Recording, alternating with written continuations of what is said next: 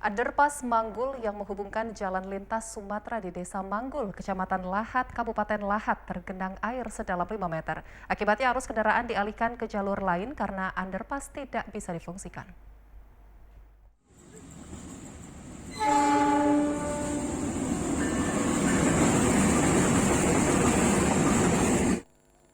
Keberadaan underpass yang diperuntukkan sebagai jalan lintas tidak bisa difungsikan lantaran tergenang air sedalam 5 meter lebih.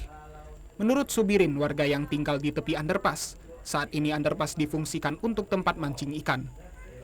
Underpass itu awalnya dibangun di bawah perlintasan rel kereta api pada tahun 2015. Akan tetapi karena kondisi rawa, ditambah air hujan, underpass berubah menjadi kolam ikan. Diakui Subirin, banyak pengendara yang menggunakan Google Maps terjebak di underpass karena tidak tahu ada genangan air. Bahkan seringkali dia membantu mengevakuasi mobil yang terlanjur masuk ke dalam air sedalam 2 meter. Dalam air ini sekitar 5 meter tergenang ini, air dalam tanah ditambah oleh air hujan. Ya tidak bisa dilalui lagi, Pak. Tidak bisa lah, mau banjir sekitar 10 tahunan lah. Sementara itu Beben, pengendara yang hendak melintas mengaku kaget karena ada genangan air di underpass.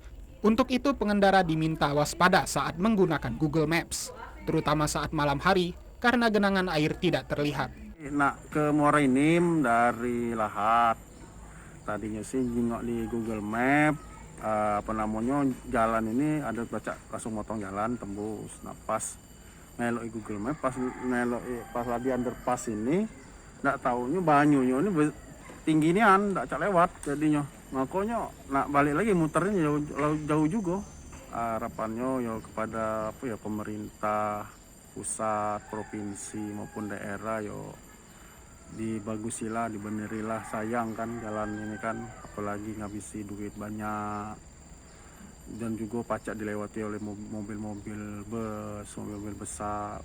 Kondisi underpass tergenang air sudah terjadi sejak tahun 2016. Rivaldo Putrawansah, TVRI Sumsel melaporkan. Akses jalan menuju wisata Danau Rayo, Desa Sungai Jernih, Kecamatan Rupit, Kabupaten Musirawas Utara saat ini mengalami rusak parah.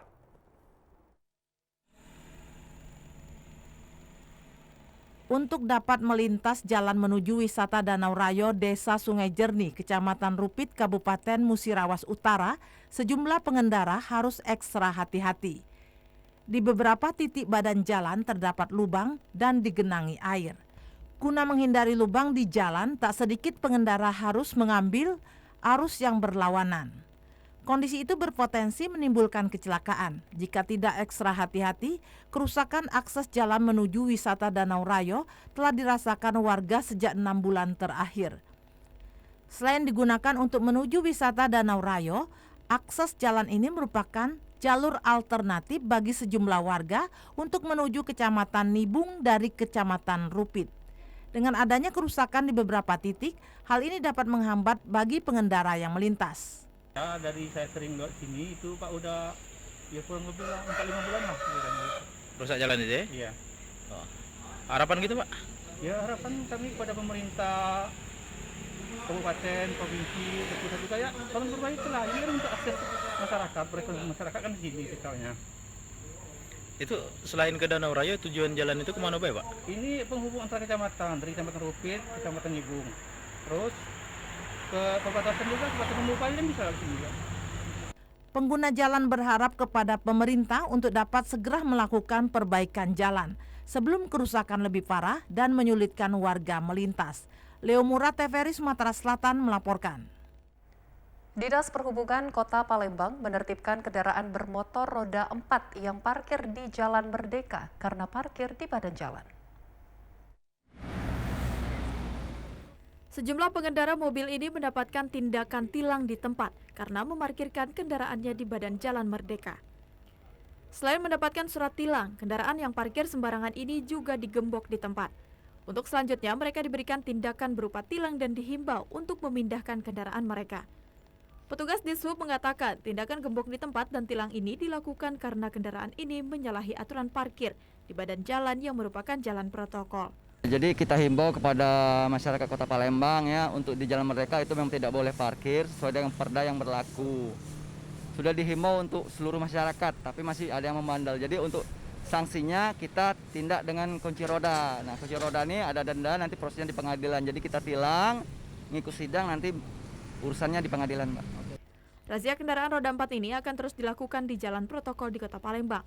Para pengemudi kendaraan roda 4 diimbau agar tidak parkir sembarangan, agar tidak dikenakan sanksi. Adi Gunawan, TVRI Sumsel melaporkan.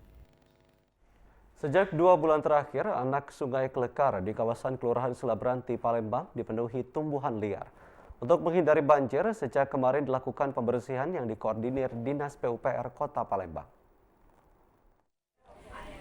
Eceng gondok serta berbagai tumbuhan liar lainnya memenuhi anak sungai Klekar yang berada di beberapa RT di Kelurahan Selabranti, Palembang. Kondisi ini cukup mengganggu aliran anak sungai yang bermuara ke Sungai Musi di kawasan Pasar 10 Ulu, Palembang. Kondisi ini pun kerap menjadi pemicu terjadinya banjir yang terjadi pada musim penghujan. Untuk mengantisipasi hal tersebut, sejak kemarin telah dilakukan pembersihan yang dikoordinir Dinas PR Palembang bidang pembersihan anak sungai. Pihaknya telah menerjunkan sekitar 20 pekerja harian lepas dibantu warga serta para ketua RT setempat. Pembersihan anak sungai Klekar ini ditargetkan selesai dikerjakan dalam waktu 3 hari. Program pembersihan anak sungai ini? Ya, pembersihan program anak sungai ini kita adakan rutin, Pak. Dari Dinas PUPR membersihkan sungai ini. Dan juga kita kerjasama dengan warga sekitar dan RT dan pihak kelurahan. Berapa ini jauh kira-kira ini ya? Sampai selesai, Pak. Yang sekitaran kalau misalnya masih ada sungai yang ini, kita laksanakan pembersihan, Pak. Ada sekitar 3 kiloan? Kemungkinan lebih dari itu, Pak. Berapa hari targetnya? Kalau targetnya kita kalau bisa secepatnya, Pak. Kita guyuri, kita selesaikan. Dengan telah dibersihkannya anak sungai ini, diharapkan warga tidak lagi membuang sampah ke anak sungai. Tim Liputan TVRI Sumsel melaporkan.